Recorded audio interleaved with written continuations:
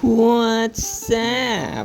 Gulaman. Yan o, day 7 na ng paglalaro natin ng Ragnarok. Yan, at syempre ang ating power ngayon, tulad ng sinabi ko, pag nag-level 60 tayo, ay magkakaroon tayo ng divine power na 150k. Mataas na yan, no? Para sa mga FTP. At alam ko, yung mga nakakasabay sa progress natin ay nasa 150k na rin or mas mataas pa, di ba? Kung 24/7 silang nag-grind ng Prakon pang-enhance ng mga gears natin. At syempre, yan pa lang, no? Tinatry nating i-balance para mag-tier 20 ang ating enhancement para sa tawag dito, Resonance 20. Yan, kasi yung Resonance 20 ay merong physical attack. Yan.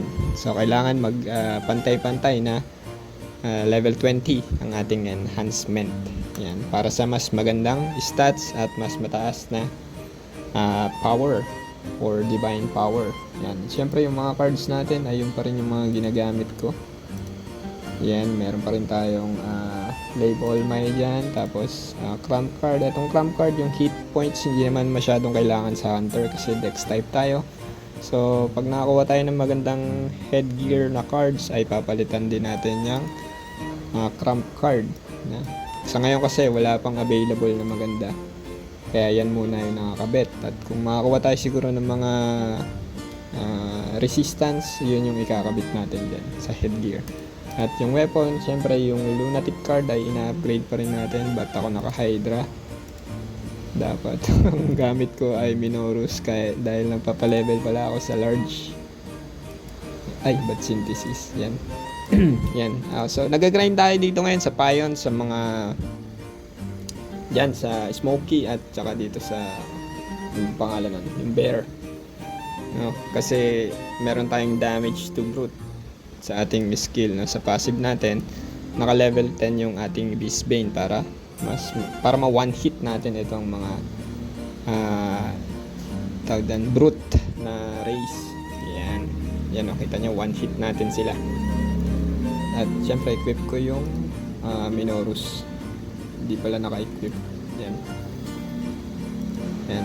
Tapos yung mga cards natin yun pa rin, no? Nakakuha ko ng Raedric ngayong araw. Kaka-fuse ng mga C card. Yan, binigyan ako ng Raedric card. Sobrang solid na ito sa PvP. Yan. At kung tatanungin nyo kung may 150k ka na power, syempre solid yan sa PvP. Yan, tingnan natin yung ating score sa uling PvP. Yan, meron tayong 11 kills, 1 death at 29 assists, di ba? Solid na solid yan.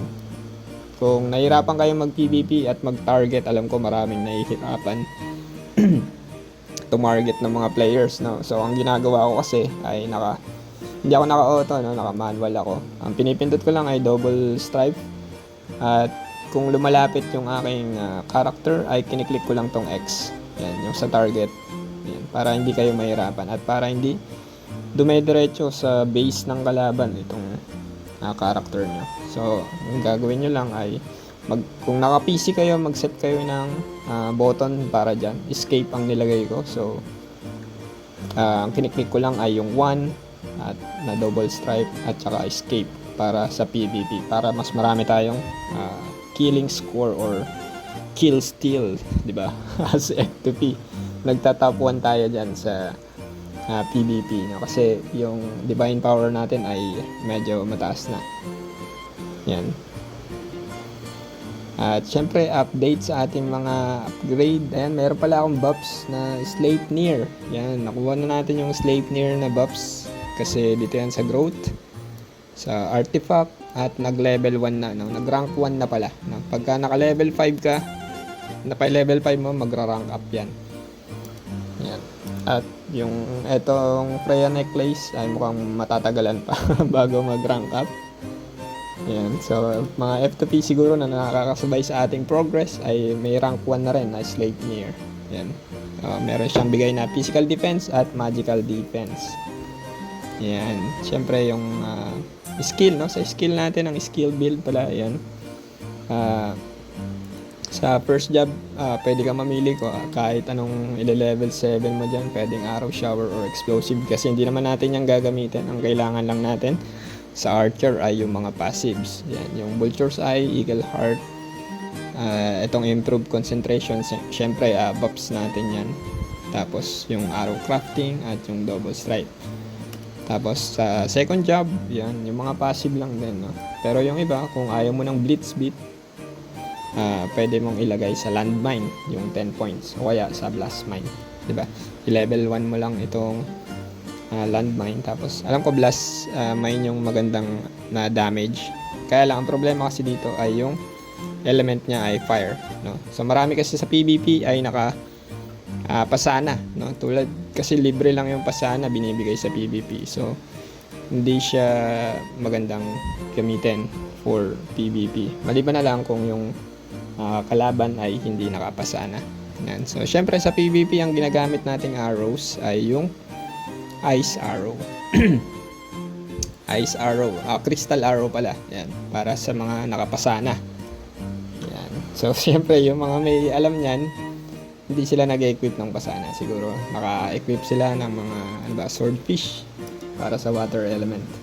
Pero alam ko hindi pa available ata yun sa game na to. Yan. Medyo nakakainis lang dito, no, sa game na to pagka naka-auto ka. Bobo yung AI nila dito. Hindi na program ng maayos yung AI. So yun yung nakikita ko malaking problema para mag-quit yung ibang player or mawala ng gana sa paglalaro nito.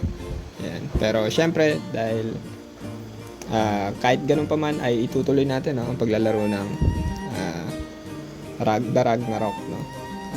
Isa pang problema na nakikita ko ay yung Zenny, no. Yung Zenny natin ay pababa ng pababa imbis na dapat nagme-maintain lang siya, no, kasi yung trading system dito ay for pay to win lang, no, kasi puro diamonds na yung diyan. Walang bentahan ng Zenny, hindi katulad sa Ragnarok Origin, di ba? Pwede ka magbenta doon ng mga cards gamit ang Zenny. Uy, pwede pala magbenta ng mga cards. Yan. Di ba? Wala pa rin nabibenta sa mga binibenta ko hanggang ngayon. Yan. So, yun lang, no, for our update. Siyempre, check natin pala yung stats, no? Critical hit rate natin ay 33 na. At yung physical attack natin ay 1970. Siyempre, pagka nag-buffs yan ng concentration ay tataas yan. Yan. Yan, 2189 na ang physical attack natin. Solid na solid pang PvP. At yun lang, no, for our video.